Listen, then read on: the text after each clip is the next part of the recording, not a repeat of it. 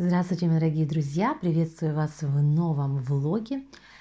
С удовольствием хочу вам сообщить, что по сравнению с предыдущим роликом настроение у меня уже улучшилось. Я потихоньку прихожу в норму. И к тому еще приложилось очень такое позитивное событие в нашей семье, но оно со мной как бы не связано напрямик, поэтому я не буду о нем рассказывать. Это не моя радость, но радость, которая принесла мне радость. Поэтому вот настроение у меня еще вдвойне лучше.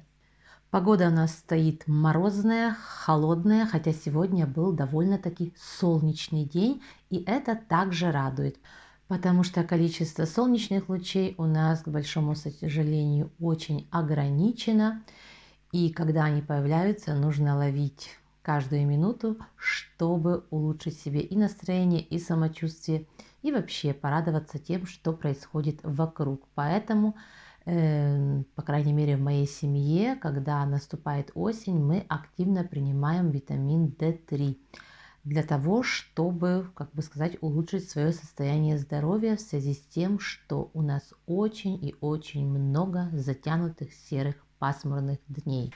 Но не только позитивные вещи происходят.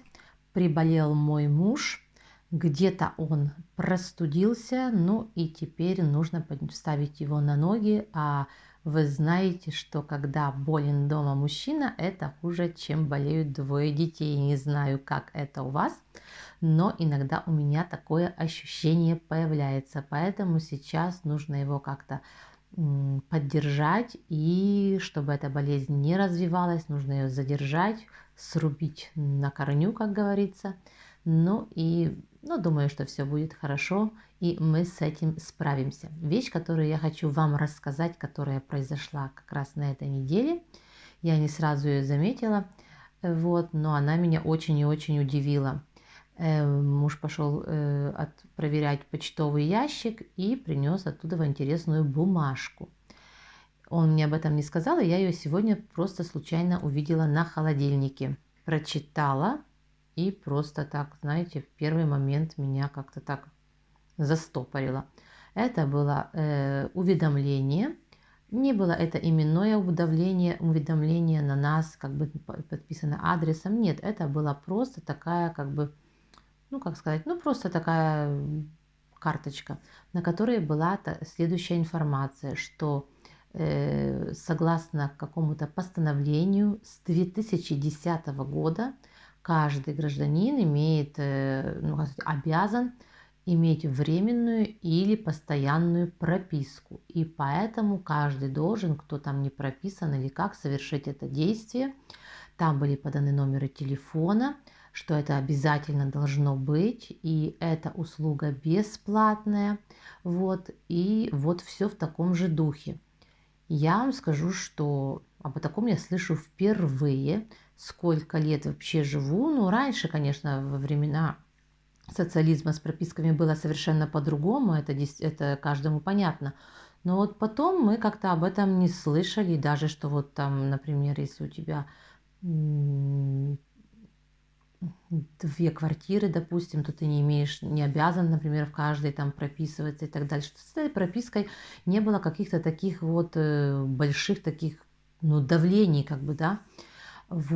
И странно другое, что этот закон приняли в 2010 году, и мы тогда не получали никаких таких карточек об обязанности прописаться, и вообще такого не было уведомления. Мы даже как бы и не слышали о таком постановлении. Вот так вот я с мужем сегодня разговаривала, он меня больше интересуется вот так политикой и такими всеми делами, чем я. И смотрел раньше.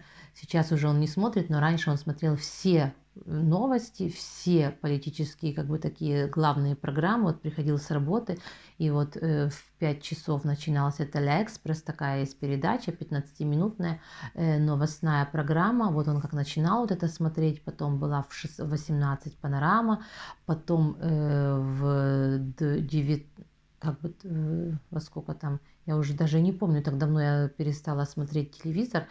Потом, кажется, в 19 была новости, и в 20 какая-то там передача. Короче, этих новостей было несколько, может, 5 штук, и он эти все новости каждый день по порядку смотрел. Поэтому я его спрашиваю, он говорит, нет, я о таком тоже не припоминаю себе. Вот, так что в те года, когда это постановление было, нас никто так вот яростно не информировал об этих прописках. И как-то вот сейчас пришло такое уведомление. И меня это настораживает. 13 лет после постановления они решили всех вот так вот поинформировать. Персонально даже бросая такую бумажечку в почтовый ящик. Вот как вы думаете, с чем это связано? С тем, о чем я думаю? Или может быть какая-то другая причина, по которой нужно обязательно, чтобы те, которые где-то случайно не прописались или поменяли место жительства и не перепрописались, да, чтобы обязательно это сейчас пришли и сейчас это сделали. Ну вот, уже собралась с духом, убираю все рождественские украшения. Последний раз смотрим на елочку. Сейчас все пойдет в коробки. Уже на следующей неделе будет так называемый жирный четверг, масленица. Поэтому уже никак не годится иметь рождественский декор дома. Как я уже и говорила, после праздника Матки Боски Громничной, это 2 февраля, весь рождественский декор в Польше по традиции должен исчезнуть. Ну, у нас немножко дольше задержался по некоторым причинам, но перед Масленицей нужно успеть, конечно же. Сегодня варю бульон, и вот такая интересная деталь. Чтобы бульон был вкуснее, лук нужно разрезать напополам и подпечь на сковородке, без всякого масла, без всякого жира. Вот так подпечь, чтобы он с другой стороны так немножко обуглился. И даже можно в другие супы тоже так лук бросать, тогда получается такой очень, как сказать, ну, приятный привкус супа, что ли.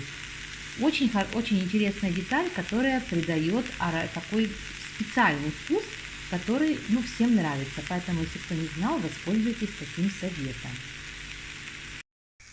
Вот так оно должно выглядеть, такой зажаренный лук. Видите, он у меня без всякого жира на сковородке. Лук может немножко так даже без жира прилипнуть к сковородке. Нужно его оторвать ножом. Но вот такой результат должен получиться, и тогда суп будет вкуснее. Вот варю мой бульончик, лук уже бросила, морковку бросила, и также мой любысток, любчик по-польски, ту травку, которую я заготавливала с лета и вам показывала. Вот бульончик в процессе. Ну вот такой бульон получился, как раз хорошо будет для мужа, который простудился, как говорится, при болезни бульон очень хорошо действует на организм. Мы также сделали домашнюю лапшу, это еще придает более такой домашний вкус мяса, и я всегда добавляю себе в каждый суп немножко куркумы. На этом у меня все, друзья мои. Спасибо огромное за внимание. Подписывайтесь, поддержите меня лайками, заходите, смотрите, возвращайтесь. Всем вам очень всегда рада. Пока-пока. До новых встреч.